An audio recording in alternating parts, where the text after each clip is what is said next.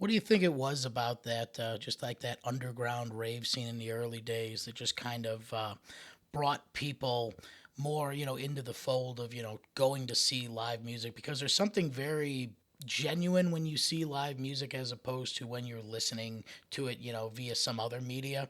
When you're there in person, you can kind of feel it. You can allow it to kind of take over you in a way.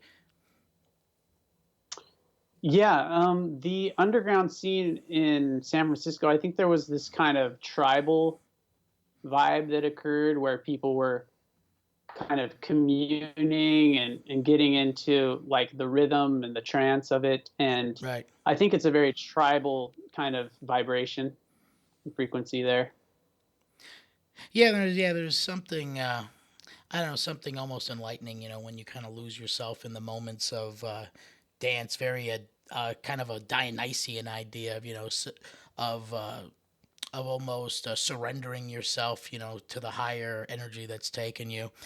You have a lot of kind of esoteric qualities to your music. That's one thing I really dig about your aesthetic and the direction that you tend to take your music. What sort of philosophies and esoteric ideas have kind of shaped your perception on how you want your project to express itself? Yeah, I mean, again, I think it was the visionary art that kind of emerged and kind of it synergized and came together with that whole tribal scene and the electronic music scene as it evolved over the last couple of decades. Hmm. And so, there's this sort of visual component that goes along to it. And a lot of it points to, I think, higher consciousness and kind of an awakening. It's sort of happening within the culture.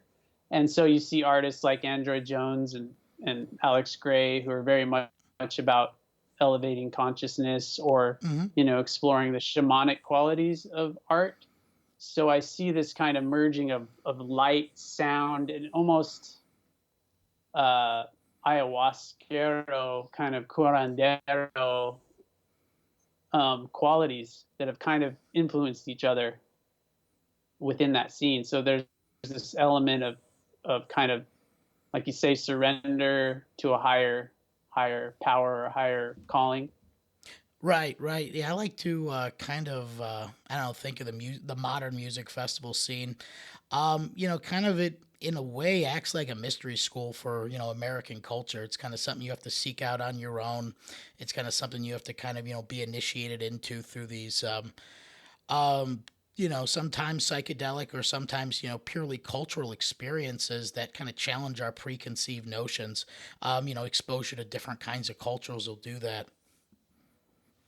Definitely. Yeah. I mean, there's definitely a psychedelic element to it. I mean, there's been a lot more acceptance and understanding, I think, that's come about beyond the just using it as a party drug Oh, absolutely. um, mentality that's, been sometimes associated with it, but more of an exploratory kind of seeking out the deeper levels of consciousness and exploring the nature of self. And it's, I think it's become this journey for a lot of people to of discovery. Hmm. And so that's how it was for me. So I just felt like kind of like it was my mission to pay it forward and pass that, because music shaped my life so much growing up and helped me become the person I am today. So I sort of felt this calling to pay that forward, and I was hopefully creating something that would help others kind of explore their um, self growth and become the best version of themselves. Right.